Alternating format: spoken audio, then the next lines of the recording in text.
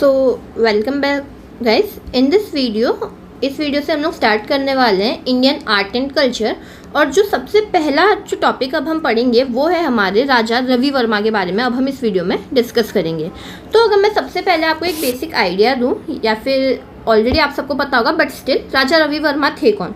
तो राजा रवि वर्मा ना वो शख्सियत थी जिन्होंने इंडियन आर्ट को ब्लेंड करा, इंडियन कल्चर को with European painting technique, living behind the artistic legacy, जिन्होंने एक आर्टिस्टिक लेगेसी पीछे छोड़ी अपने। अगर सबसे पहले बात की जाए इनका पूरा नाम था राजा रवि वर्मा। पैदा हुए थे 29 अप्रैल 1848 में। बर्थ प्लेस की अगर इनकी बात कही जाए तो इनका जन्म केरला में हो रखा था और डेथ 2 अक्टूबर 1906 में हो रखी थी। बाय प्रोफेशन ये एक पेंटर थे, एक आर्टिस्ट थे। आगे की वीडियो में हम लोग देखेंगे कि इनकी कौन कौन सी पेंटिंग्स थी, फेमस वर्क कौन कौन से थे इनके और उनका सिग्निफिकेंस क्या था। ये टॉपिक बहुत ही ज़्यादा इंपॉर्टेंट है फॉर योर एग्जामिनेशन। तो फिर known as father of modern Indian art, तो फिर मैंने आपको पहले ही बताया इन्होंने इंडियन कल्चर को, इंडियन पेंटिंग टेक्निक को ब्लेंड करा विथ यूरोपियन पेंटिंग। तो फिर इसीलिए इनको कहा जाता है father of modern Indian art, commonly referred as one of the pioneers of modern Indian painting. अगर इनके मेजर कंट्रीब्यूशन की बात कही जाए तो फिर इन्होंने ही जो है ना ऑयल पेंटिंग इंट्रोड्यूस करी थी, कहाँ? To Indian themes. Next one is combined European realism with Indian mythology.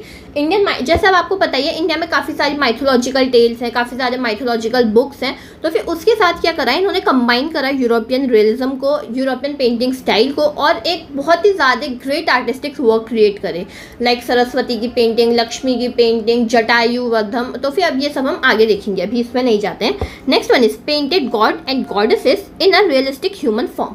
इन्होंने क्या करा ना, जो हमारे भगवान हैं, देवी देवता हैं, उनको एक ह्यूमन फॉर्म में उस तरीके से रिप्रेजेंट करा ताकि लोगों का कनेक्शन ज़्यादा हो उस चीज़ से, लोग ज़्यादा उस चीज़ को इमेजिन कर पाएँ, एडमायर कर पाएँ। मेड आर्ट अफोर्डेबल, तो फिर इन्होंने आर्ट को अफोर्डेबल बना दिया by lithographic painting, allowing ordinary people to own painting prints of his painting. अब क्या होता था ना, जब आप पहले के समय में पेंटिंग रखना एक काफ़ी मतलब ना लेविश बात हुआ करती थी। एरिस्टोक्रेट्स, बड़े बड़े लोगों के पास ही हैंडमेड पेंटिंग्स हुआ करती थी।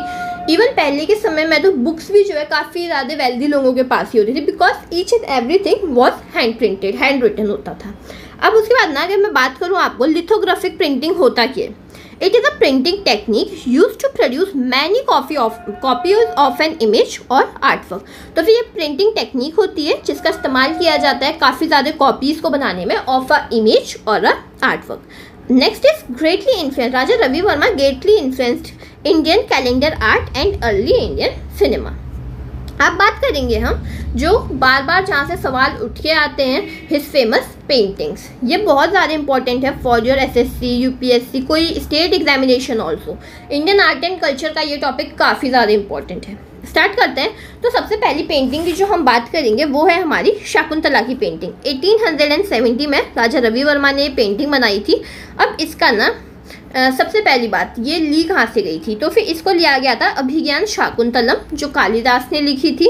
और इसका सिग्निफिकेंस क्या था, इसका सिंबलाइज क्या करती है पेंटिंग? ये पेंटिंग सिंबलाइज करती है लव, लॉन्गिंग एंड मोडेस्टी। ठीक है, यहाँ पे ये दिखाया जा रहा है ना कि शाकुंतला प्रिटेंड कर रही है कि वो अपने पैरों से कोई कांटा निकाल रही है, बट सीक्रेटली वो राजा दुष्यंत को देख रही है। ये जो पेंटिंग राजा रवि वर्मा ने बनाई, ये आगे जाके काफ़ी ज़्यादा आइकॉनिक रोमांटिक पेंटिंग्स में से एक बनी। Next one is our Damayanti and the swan. अब दमयंती एंड द स्वान ये पेंटिंग बनाई गई थी 1899 में। ये जो है ना refers to famous romantic legend from ancient Hindu epic Mahabharata. Mahabharata का एक फेमस रोमांटिक लेजेंड है, वहाँ से उसके रेफरेंस में ये पेंटिंग बनाई गई थी, जिसमें जो स्वान आप देख रहे हैं वाइट कलर का, ये दमयंती को बता रहा है अबाउट द किंग नाला। किंग नाला के बारे में ये जो है दमयंती को बता रहे हैं। अगर इस पेंटिंग के सिग्निफिकेंस की बात करी जाए, ये रिप्रेजेंट करती है true love, destiny and hope. Next painting में अगर हम जाएं, that is Galaxy of musicians. Galaxy of musician बनाई गई थी 1889 में बाय वही राजा रवि वर्मा। ये क्या सेलिब्रेट करता है ना, इंडियन की कल्चरल डाइवर्सिटी। अब आप यहाँ पे देख सकते हैं हर लेडी एक अलग इंस्ट्रूमेंट बजा रही है, हर लेडी का एक अलग गेटअप है, हर किसी ने एक अलग अटायर पहना है, मतलब वो डिफरेंट कल्चर्स को रिप्रेजेंट कर रही है। तो फिर ये पेंटिंग राजा रवि वर्मा की जताती है कि इंडिया की कल्चरल डाइवर्सिटीज और इंडिया की rich cultural heritage, musical heritage basically. Next one is our there comes papa. 1893 की रवि राज वर्मा की ये पेंटिंग हाईलाइट करती है हमारा फैमिली लव, अफेक्शन और everyday life in India. India में एवरीडे लाइफ होती क्या थी, बेसिकली 1893 का ये दौर है जब मोस्टली मैन ही कमाते थे, वुमेन अलाउड नहीं था कि वो बाहर जाके काम करे, वो सिर्फ हाउस होल्ड देखती थी अपना। तो फिर इसलिए ये उस समय के इंडिया के एक थोड़ा स्टोरी का डिपिक्शन है। Okay, next one is lady lost in thought. ये 1892 में बनी हुई पेंटिंग है।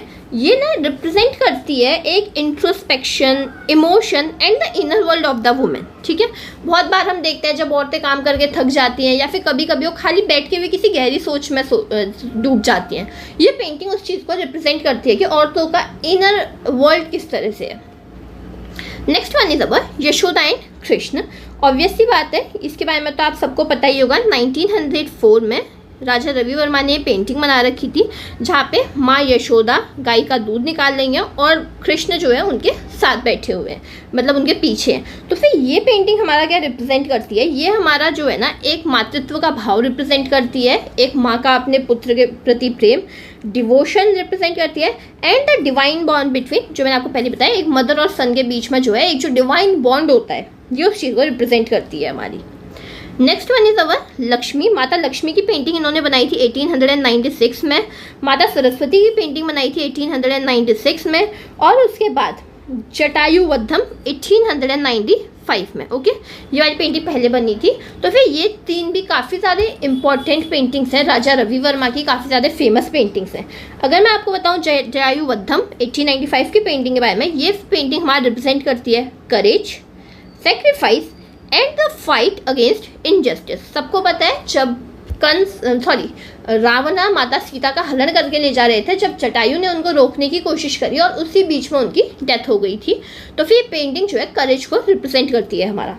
Next one is our Lakshmi ji की पेंटिंग के बारे में बात करी जाए, ये मोस्ट वाइडली रिकॉग्नाइज्ड इमेज बनती है of goddess of wealth and prosperity. See, जब आप किसी ह्यूमन फेस के साथ किसी पेंटिंग को अलाइन करते हैं गॉड गॉडेसेस की, तो फिर वो पेंटिंग के साथ कोई भी एक निचले तबके का व्यक्ति भी जो है काफ़ी ज़्यादा रिलेट करता है बेसिकली। इस वजह से इस तरह की पेंटिंग्स काफ़ी ज़्यादा फेमस हुई थी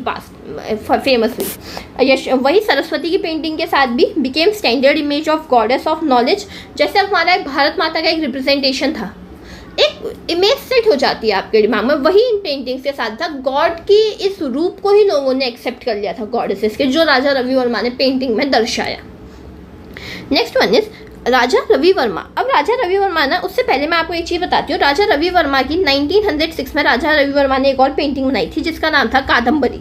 उसके बाद 1906 के बाद जो है हमने कोई, मतलब आपको हिस्ट्री में कोई इतना ज़्यादा सिग्निफिकेंट वर्क देखने को नहीं मिलेगा राजा रवि वर्मा का, बिकॉज 1906 2 अक्टूबर में उनकी डेथ हो चुकी थी। तो फिर जो उनकी last painting most commonly accepted, most famous, वो थी कादम्बरी। ये जो है ना संस्कृत क्लासिक एक कादम्बरी बाय बाण भट्ट, उस पर बेस्ड थी। और 2 अक्टूबर 1906 एट द एज ऑफ 58 राजा रवि वर्मा इस दुनिया को छोड़ के चले जाते हैं और रह जाती है तो उनकी बस legacy.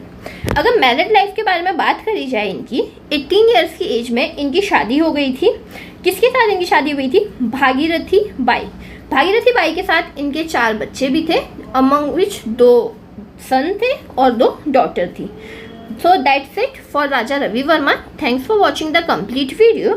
Or at last, I'll only conclude Raja Ravi Verma transformed Indian art by blending Indian culture with European painting techniques, leaving behind a timeless artistic legacy. आप इस वीडियो को पूरा देखिए और कोई भी डाउट हो then do let me know in the comment section.